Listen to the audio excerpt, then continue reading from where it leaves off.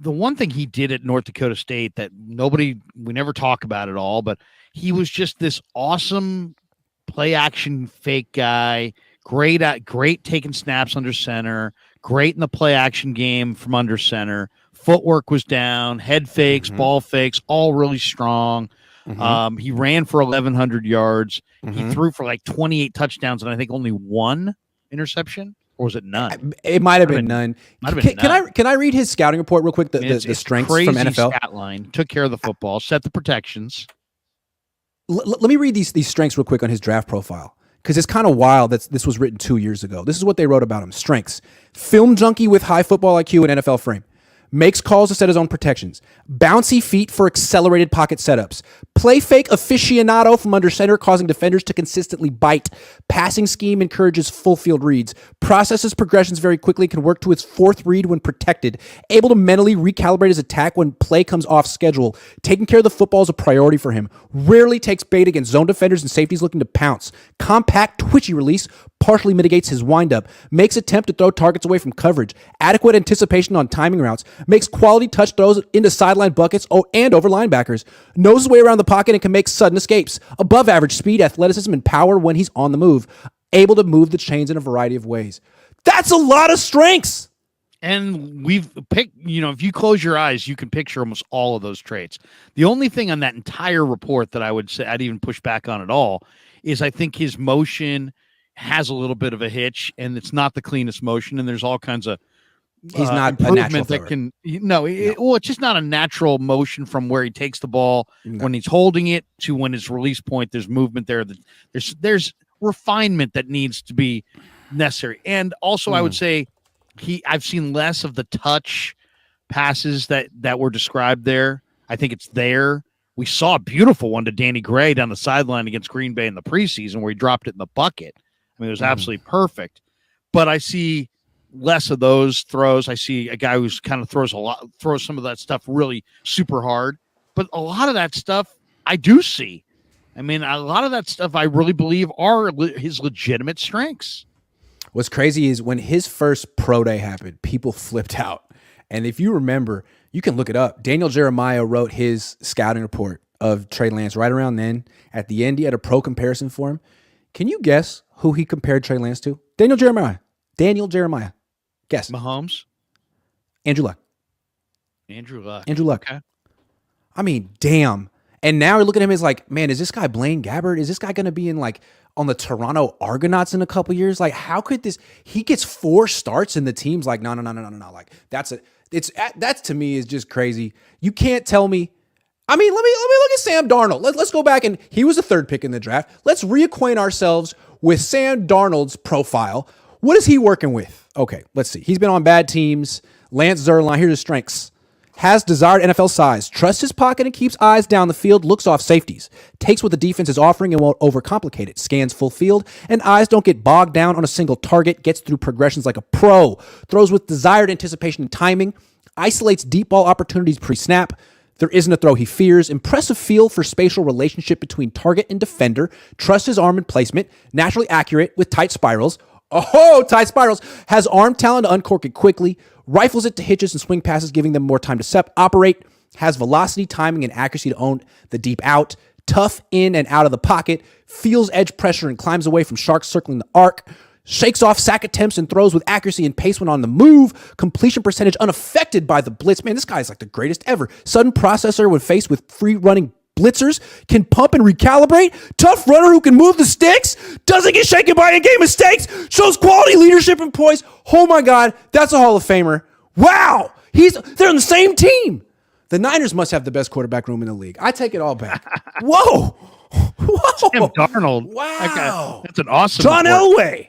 Well, okay, a couple things in there that I think that people have talked about for a long time. It's the accuracy. People like the accuracy of Sam Darnold. But as far as manipulating safeties and this is that, this guy's turned the ball over a lot. And it wasn't just for the bad Jets. He turned the ball over a lot at USC. So, yes, he's 6'4". But I mean 4.85, so it's not a crazy 40 time. It's 26-inch vertical, not a crazy athletic build. I mean, it's, they compared him to Luck. That's amazing. What's crazy about Darnold too is like, even if he is known for his accuracy, that's crazy because his career completion percentage is 59.7, and last year when he had his career renaissance, it was 58.6. So to me, I don't know. I mean, I actually think Lance and Darnold are kind of similar. I think they're in that Blaine Gabbert mold of big, strong, fast, smart guys that get picked really high, but they're arm throwers that don't really control the ball that well. And Gabbert never fixed it. Darnold's trying. I don't know if he ever will. And Lance is 22 years old and trying. But these are big, strong guys, fast, smart, seemingly the prototype. But what is the accuracy really? Like, are you mechanically sound, or are you just guys who've been winging it your whole lives because you're so gifted? That's what I look at. Well, I mean, I just think that what was Trey Lance when he came out? He was super inexperienced. Yep. And he was coming off the FCS level. And if you read that Lance Zierlein NFL.com report, it quotes an AFC personnel executive from an AFC team. And he says you have to be really patient with him. And are they being Niners? 4 starts. Peace. Get the hell out of here. Yeah. I would say no, although they didn't play him right away, which I guess. I mean, hold on. So this is Daniel Jeremiah, what he said about him 2 years ago. What I liked: poise, accuracy, decision-making, playmaking ability, toughness. I mean, Jesus, man. What he reminds me of Andrew Luck. I know Luck is a little bit bigger, but they are similar athletes, and they both played with the maturity beyond their age at the college level. I remember watching Luck run over defenders. I also remember being so impressed with his ability to execute on key plays in every game. I see the same things when I study Lance. More than anything else, these are two guys who exude confidence on the field. They are fearless, but they avoid being reckless. That's a very delicate balance. Luck was on his way to a Hall of Fame career before shocking the football world and retiring a year ago. I don't have quite the same grade on Lance, but he could get there with continued growth and development. Hall of Fame! That was 2 years ago, man. The guy has lost 2 games in the NFL, and people are like, man, he might be the biggest bust ever. It's amazing. It's really amazing how perceptions change. It shows that, he required patience and development, and didn't get it. I wondered, on draft day, I know Kyle Shanahan's smart. I know he's a good offensive coach. I know he can call plays. I know his offense produces points. But that doesn't make you a quarterback guru, and that doesn't mean you can develop a quarterback.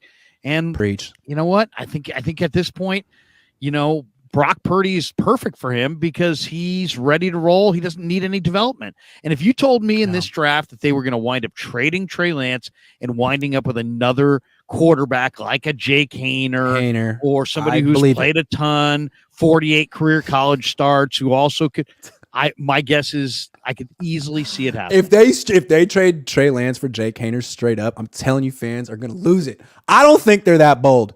Maybe Kyle is, Jed ain't.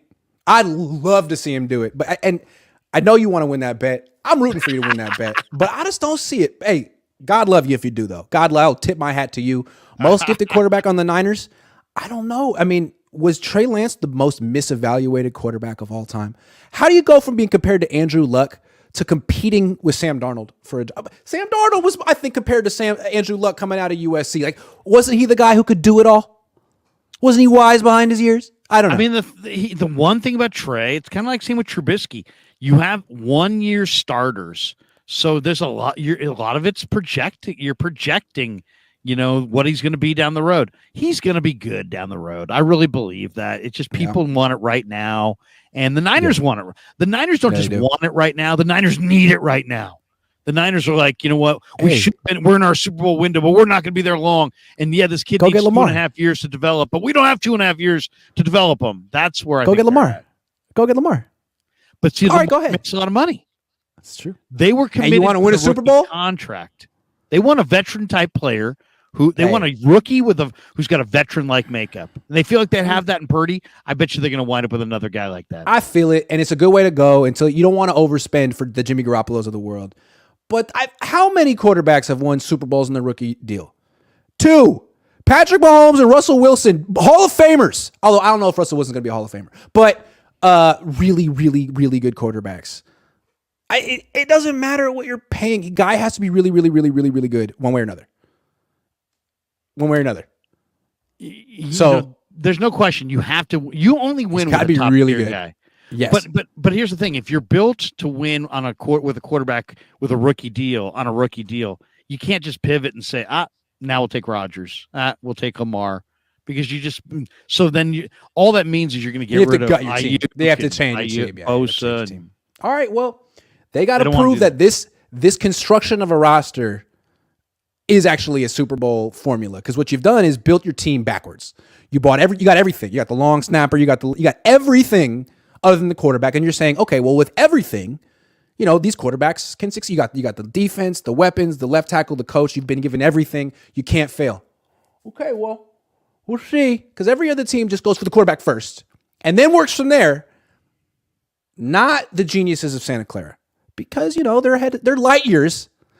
What is it about Bay Area people thinking we're light years ahead of everyone else? It's just how we operate. I think they lucked into Purdy to a degree. I mean, they drafted this guy. They thought he had some skills, and he showed way more off schedule mobility. And so now they feel like they got the guy, and they're so tantalized by the idea of winning the Super Bowl and contending for a Super Bowl, and having the rookie quarterback in the rookie deal.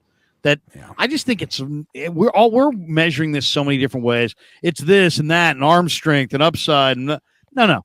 It's about who's ready to play right now. And Brock is, and Trey may be, and so they're all in on Brock.